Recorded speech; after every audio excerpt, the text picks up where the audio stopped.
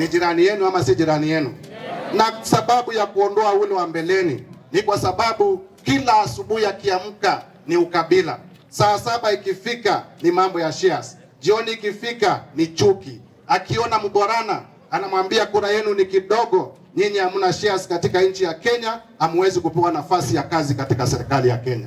Huyo alikuwa ni naibu wa rais wa kupiganisha nchi ama alikuwa ni naibu wa rais wa kuendelesha nchi mbele? Nyinyi mnataka umoja wa nchi ama mnataka nchi ipigane? Mnataka umoja wa nchi? Nyinyi mnataka Waborana wabaguliwe wakuwa hawezi kupewa kazi katika serikali ama mnataka Waborana wapewe kazi katika serikali? Huyo naibu wa rais alikuwa anasema hata tukitafuta stima ikuje hapa Isiolo, anasema watu wa Isiolo ni watu wachache hawafai kupewa stima. Nyinyi watu wa Isiolo mnataka stima ama mnataka mtu ambaye anawabagua? Mnataka barabara zitengenezwe? Mnataka mambo ya maji?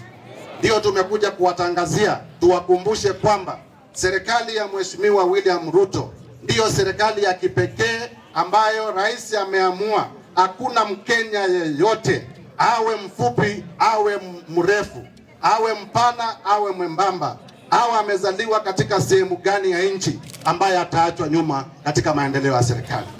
Na tumekuja tuwaulize nyinyi watu wa Isiolo, hata kukiwa na shida namna gani, mkumbuke kwamba mlitoka na William Ruto mbali, na wakati wa kushikilia Mheshimiwa William Ruto amalize miaka yake 5, apate miaka ingine 5, ndio aweze kubadilisha nchi ya Kenya.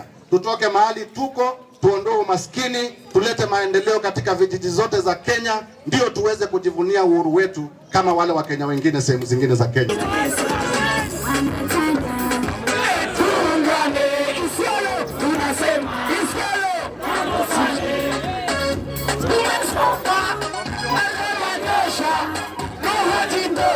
Nutaraisiwe tu